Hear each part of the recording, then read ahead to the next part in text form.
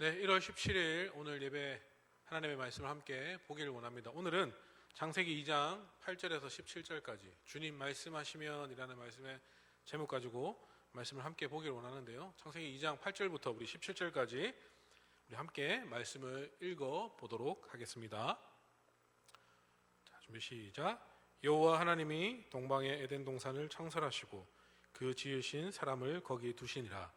여호와 하나님이 그 땅에 보기에 아름답고 먹기에 좋은 나무가 나게 하시니 동산 가운데는 생면나무와 선악을 알게 하는 나무도 있더라. 강이 에덴에서 흘러나와 동산을 적시고 거기서부터 갈라져 네 근원이 되었으니 첫째 이름은 비손이라. 금이 있는 하윌라 온 땅을 둘렀으며 그 땅의 금은 순금이요 그곳에는 베델리엄과 호마노도 있으며 둘째 강의 이름은 기온이라. 구스 온 땅을 둘렀고 셋째 강의 이름은 히데겔이라.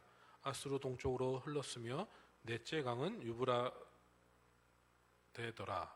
여호와 하나님이 그 사람을 이끌어 에덴 동산에 두어 그것을 경작하게 하며 지키게 하시고 여호와 하나님이 그 사람에게 명하여 이르시되 동산 각종 나무의 열매는 내가 임의로 먹으되 선악을 알게 하는 나무의 열매는 먹지 말라. 내가 먹는 날에는 반드시 죽으리라 하시니라. 아멘. 오늘은 함께 또 이렇게 영상으로 말씀을 보게 되었는데요. 영상으로 보실 때도 집중하여서 말씀을 함께 봤으면 좋겠습니다. 지난 한 주간도 여러분 어떻게 하나님이 우리에게 주시는 일들을 잘 감당하며 살아가셨습니까? 우리의 힘으로 할 수 없기에 하나님의 도우심을 구하며 살아가는 저와 여러분이 되기를 간절히 소망합니다. 우리의 힘으로 할 수 있는 것들이 아무것도 없습니다. 그렇기 때문에 하나님의 힘으로 하나님의 도우심을 구하며 살아가는 저와 예드림 청소년부 친구들이 되기를 주님의 이름으로 간절히 소망하고 축복합니다. 혹시 제가 이 네 개의 단어 한번 보여드릴게요. 나침반, 화약, 종이, 인쇄술. 이 네 개의 공통점은 바로 그 중국의 4대 발명품이라고 합니다. 중국의 4대 발명품. 이 네 가지 발명품으로 인하여서 인류 역사가 아주 크게 바뀌게 되었습니다. 이 중국에서 발명한 것이지만 이 무역을 통하여서 중국에서 유럽으로 전해지게 되었습니다. 이 나침판으로 인하여서 해상 무역과 탐험이 본격화 시작되었고 또 화약이 무기화가 되면서 국가 간의 민족 간의 큰 전쟁이 가능하게 되었습니다. 또한 종이와 인쇄술의 발달로 일부 계층에게만 허용되었던 지식이 아주 보편화되어서 계몽주의가 발현하기도 되었습니다. 또 이를 종교개혁의 불씨가 되기도 하였죠. 또 더 나아가서는 이 산업혁명 등으로 인하여서 인류는 눈부신 발전을 이루며 기술은 날로 높은 성장을 보이게 되고 있는 것입니다. 그러자 인간은 자신의 힘으로 무엇이든지 다 할 수 있을 것이다 라는 어리석은 생각을 하게 되죠. 인류가 발전하게 되고요. 기술이 발전함에 있어서 인간이 살아가기에 부족함이 없다 보니까 또 인간이 무엇이든지 할 수 있다 보니까 인간은 자신의 힘으로 무엇이든지 다 할 수 있을 것이다 라는 아주 어리석은 생각을 하게 됩니다. 또 그러던 어느 날 이 모든 것을 단번에 무너뜨리는 큰 사건이 터지게 됩니다. 무엇일까요? 그것은 바로 세계대전이라고 부르는 큰 전쟁이 일어나게 되는 것이죠. 1941년과 1945년 사이에 일어난 이 두 차례의 세계대전은 그동안 인간이 쌓아올린 문명의 화려함을 한순간에 와르르 무너뜨리는 아주 그런 계기가 되어버렸습니다. 눈에 보이는 것들을 무너뜨림과 동시에 사람들의 마음과 생각도 아주 무너뜨리게 된다라는 것이죠. 이 문명의 이익은 오히려 독이 되고 고통과 절망에 빠지게 하는 일이 벌어지게 되어진 것입니다. 그리고 그 이후에 또 새로운 세상이 시작되었는데요. 이 시대를 이렇게 부릅니다. 혹시 여러분 들어보셨는지 모르겠지만 포스트 모더니즘 사회. 이 용어를 여러분 한 번쯤은 들어봤을 거예요. 한 번쯤은. 이 포스트 모더니즘은 이 대표적인 특징은 상대주의라고 합니다. 상대주의. 이 상대주의는 또 쉽게 얘기하면 너도 맞고 나도 맞다라는 것이죠. 누구 말이 맞는지, 어떤 사람의 생각과 의견이 기준이 되어야 하는지 아무도 알지 못하는 지경에 이르게 된 것입니다. 왜냐하면 너도 맞고 나도 맞기 때문에 기준이 없는 것이죠. 그래서 어떤 의견이 기준이 되어야 하는지 그 기준이 없어지는 아주 애매모호한 지경에 이르게 된 것입니다. 너도 맞고 나도 맞으니까 자기 마음대로 하자라는 결론에 이르게 된다는 것이죠. 결국 이 재미와 쾌락이 선이 되어버린 세상, 오늘날 우리가 살고 있는 세상이 바로 포스터 모더니즘 사회라고 하는 것입니다. 이 문제는 이 재미와 쾌락이라는 것이 저마다 각 사람마다 기준이 다르다라는 것입니다. 어떤 사람에게는 재미일 수 있을 수 있지만 다른 사람에게는 재미없을 수도 있다라는 것이죠. 어떤 사람에게는 또 즐겁고 좋은 행동이 또 다른 사람에게는 도덕적으로 용납할 수 없는 행동이기도 합니다. 그렇다고 해서 또 그것을 또 틀렸다고 잘못됐다라고 비난할 수가 없죠. 왜냐하면 기준이 없기 때문에 누가 맞는지 누가 틀렸는지 옳고 그름의 기준이 없기 때문에 비난할 수도 없게 되는 것입니다. 기준이 없으니까요. 아무리 법을 세우고 규칙을 만들어도 불법과 편법이 꾸준히 자행된 이유는 바로 내 마음이 기준인 세상이 되기 때문입니다. 내가 기준이 되어버렸기 때문에 엉망진창이 되어버린 것이죠. 개인의 생각과 그에 따른 자유가 그 어떠한 기준보다 중요한 세상에서 우리는 살아가고 있기 때문이다라는 것이죠. 그런데 기준이 없는 자유가 정말로 우리에게 행복을 가져다 줄 수 있을까요? 기준이 없으면 여러분 어떻습니까? 여러분 정말로 행복할 것 같습니까? 이 기준이 없는 자유가 정말로 우리에게 행복을 가져다 줄 수 있을까요? 내 마음대로 사는 것이 정말로 우리에게 진정한 자유일까요? 길을 가다 보면 중장비들이 늘어선 공사 현장을 마주할 때가 있습니다. 통제구역을 표시해 두고요, 바리케이트를 쳐놓고 그렇게 그 구역을 통제한 것을 본 적이 있을 것입니다. 그런데 그 안에 들어가 보고 싶은 마음이 들고 또 그렇게 하면 재밌겠다라는 생각이 들 때에 마음 가는 대로 행동하는 것이 자유라고 주장하며 그 속으로 들어가게 된다면 어떤 결과가 일어나게 되겠습니까? 자신이 다치게 되거나 혹은 공사를 방해하는 결과를 초래할 수도 있게 되겠죠. 기준이 없는 자유는 방종일 뿐 오히려 더 큰 혼란과 감당할 수 없는 책임의 문제를 불러일으키게 되는 현실입니다. 또 어떻습니까? 이 군대 훈련병들이 훈련장에 모여서 줄을 맞출 때 맨 앞이나 끝에서 기준을 잡아주지 않는다면 그 줄이, 그 도열이 잘 갖춰질 수 있을까요? 엉망진창 되겠죠.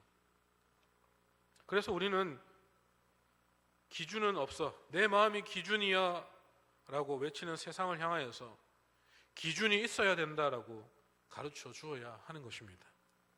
그렇다면 여러분, 이 기준이라고 얘기하는데 이 기준은 무엇일까요? 누가 이 세상에 기준을 세울 수 있을까요? 이 기준이 없이 서로 자기가 기준이 되어서 엉망진창인 삶을 살아가고 있는 이 세상을 향하여서 누가 이 세상의 기준을 세워줄 수 있을까요?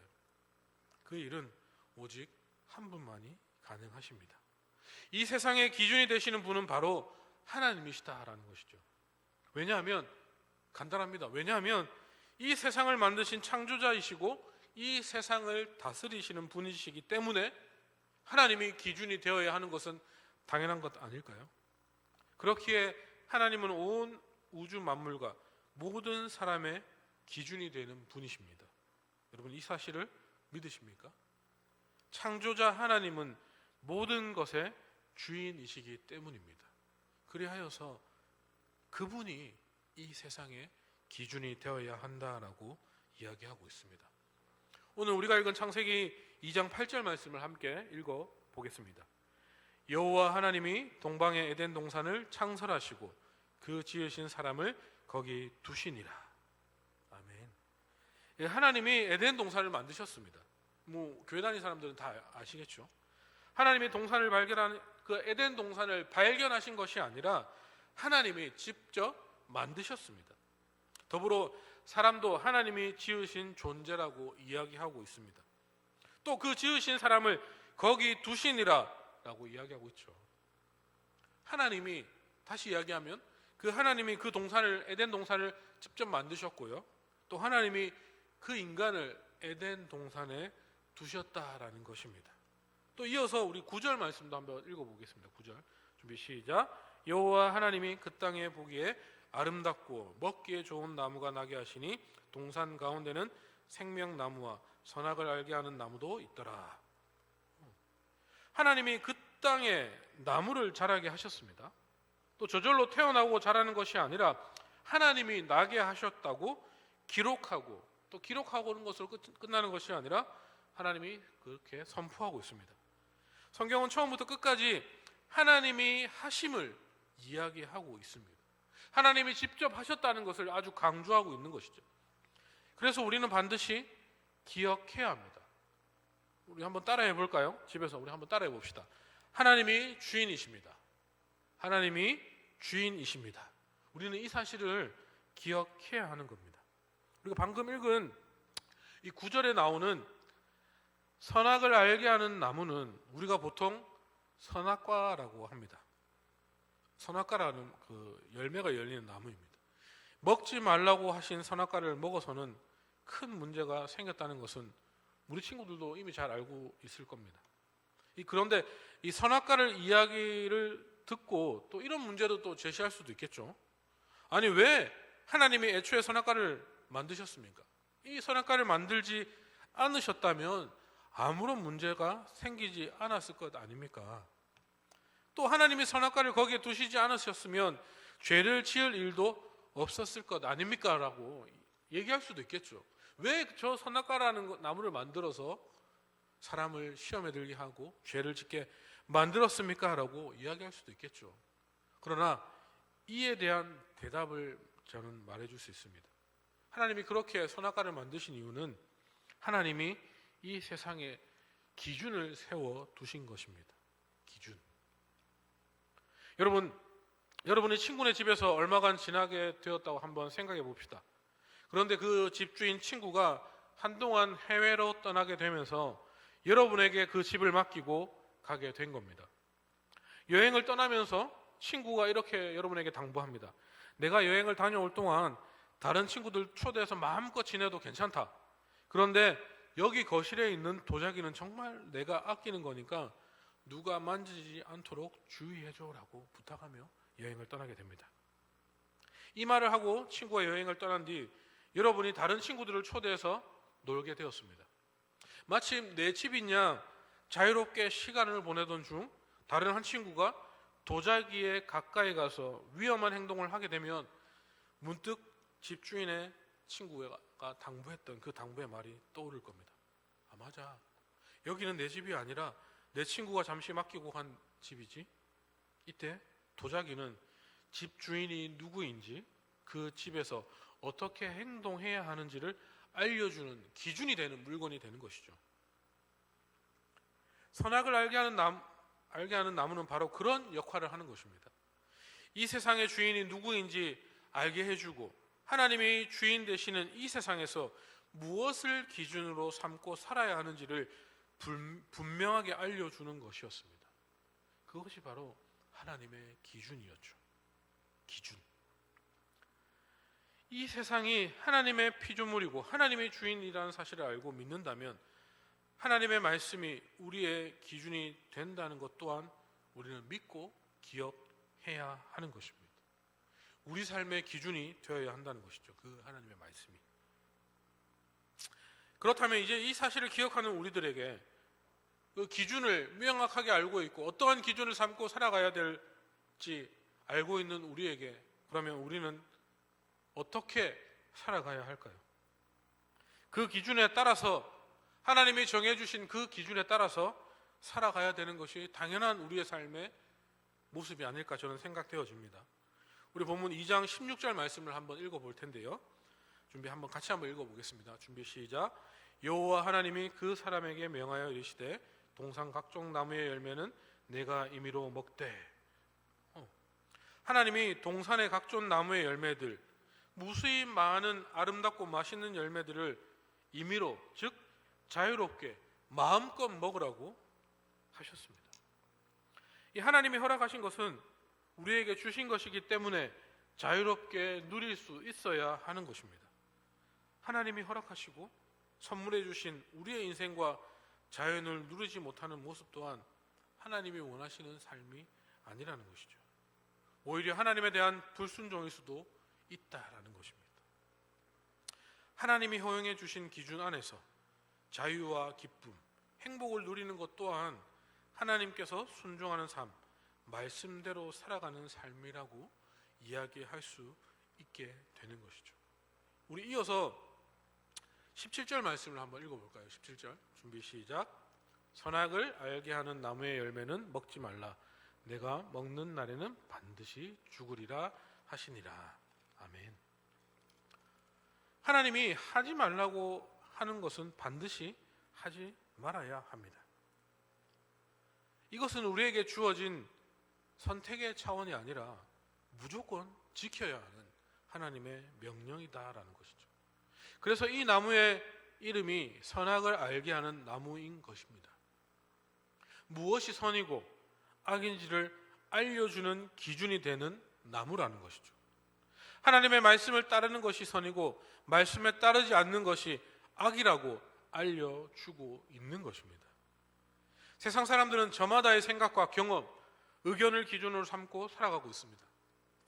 그러나 그 결과가 무엇입니까? 자신의 소중한 시간을 낭비하고 타인의 마음과 삶에 상처를 주고 세상을 어그러뜨리는 결과로 나아지고 있습니다. 여기에는 아주 매우 간단한 인생의 법칙이 있습니다. 우리 한번 따라해 볼까요? 하나님이 하라는 것을 하고 하지 말라는 것은 하지 않는다. 아주 간단합니다. 하라는 것을 하고 하지 말라는 것을 하지 말라라는 것이죠. 하나님이 세워주신 기준 앞에서 이것이 맞나 이것이 틀리나 꼭 그렇게 해야 하나 의심하는 것이 아니라 절대적인 삶의 기준으로 알고 믿고 지키는 태도가 피조물이자 청지기인 우리가 지녀야 할 자세라는 것입니다. 이러한 마음가짐은 우리를 통제하고 괴롭히는 것이 아니라 우리를 너무나도 사랑하시는 하나님이 우리에게 열어주신 가장 좋은 안전한 행복한 길임을 우리는 기억해야 하는 것이죠. 앞으로 주어진 인생길을 하나님이 선물해 주신 기준을 따라서 말씀을 따라서 기쁨으로 살아가는 우리 친구들이 되기를 주님의 이름으로 간절히 소망하고 축복합니다. 이 세상은 지금 서로 자신이 기준이 되어서 자기 마음대로 자기가 하고 싶은 대로 자기의 뜻대로 자기의 경험대로 그렇게 자기 마음대로 이 세상을 살아가고 있습니다.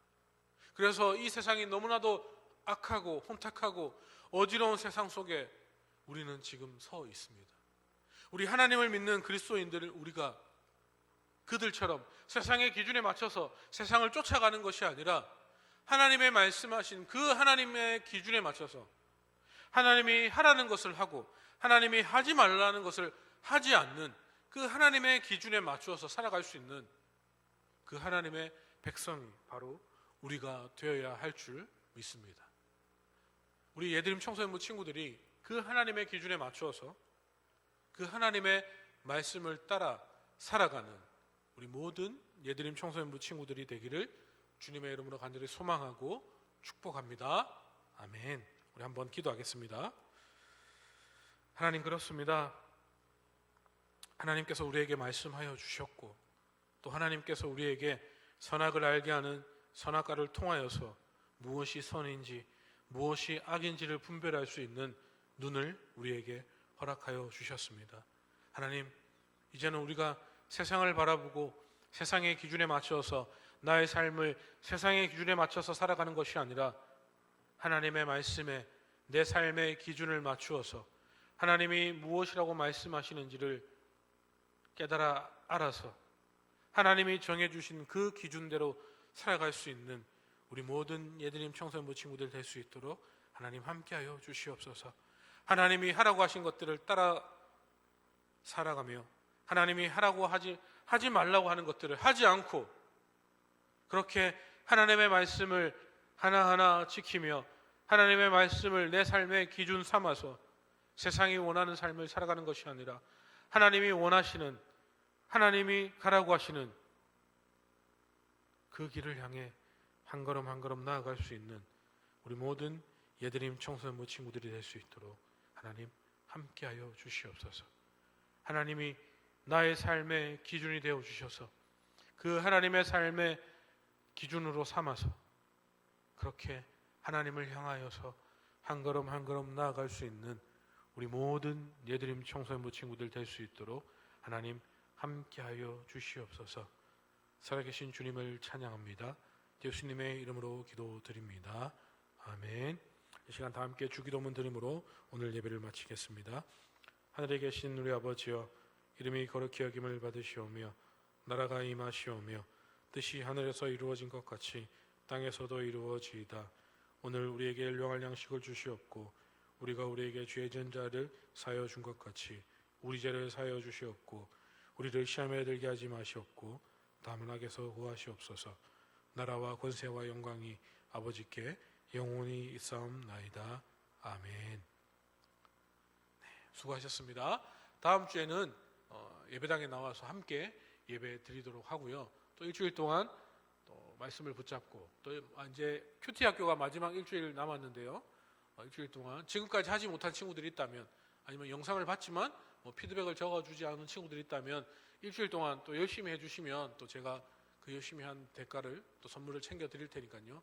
또 일주일 동안 큐티 영상 열심히 보시고 또 하나님의 말씀으로 승리하는 예드림 청소년부 친구들이 되기를 주님의 이름으로 간절히 소망하고 축복합니다. 아프지 마시고요. 다음 주에 건강한 모습으로 만나겠습니다. 수고하셨습니다. 다음 주에 뵙겠습니다.